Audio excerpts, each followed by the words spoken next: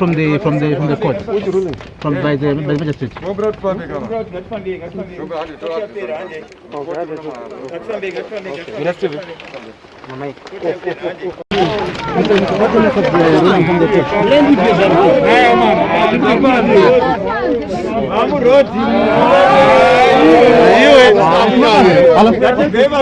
do you make of the ruling by the court?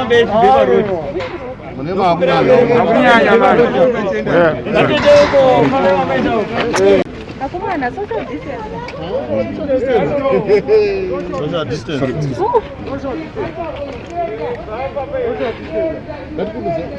What do you make of the ruling? Well, I must say that what we are witnessing is an escalation of a deteriorating situation in the country. The human rights abuses are unbelievable. The draconian attitude of the state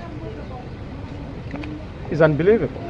It's incredible that you would have in a free Zimbabwe somebody being denied bail simply for the reason that they are alleged to have uttered a particular statement. It can't be normal when you have a journalist, a reputable journalist, a prominent journalist being victimized for saying what he has seen, factual things. Watching is a case in point. Job Sikala. An allegation is not a conviction.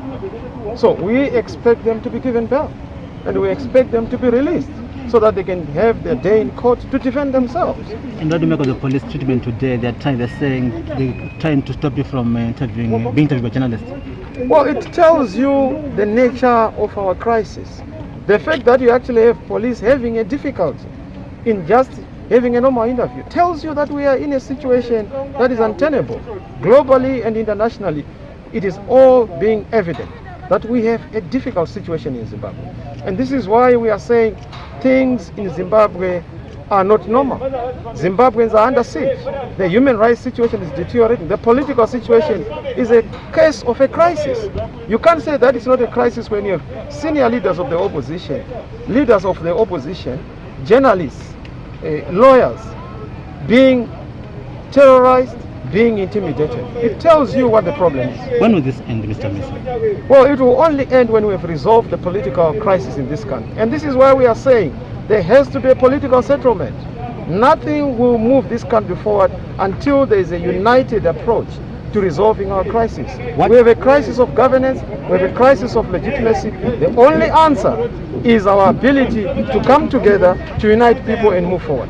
And probably, do you think that settlement is in sight, given that treatment from there has to be that settlement. Zimbabweans have a right to defend themselves in the context of peace, in the context of non-violence, in terms of Section 59. And we are all going to be mobilizing and to say we demand peace, we demand justice, we demand accountability, we demand democracy. Because that's what the liberation struggle was all about.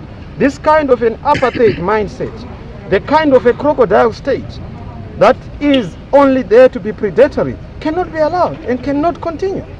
What should you do as a party? What will you do to ensure that this is not a party issue? It's a whole Zimbabwe issue. This is about Africa, this is about Zimbabweans, this is about the whole of Zimbabwe. It's about citizens, it's about our dignity. You can't partizanize it, you can't make it a party issue. It's now bigger than the party. We need all Zimbabweans to unite. Churches, civil society, trade unions, political parties to come together and be of one mind. Thank you very much. Thank you very much.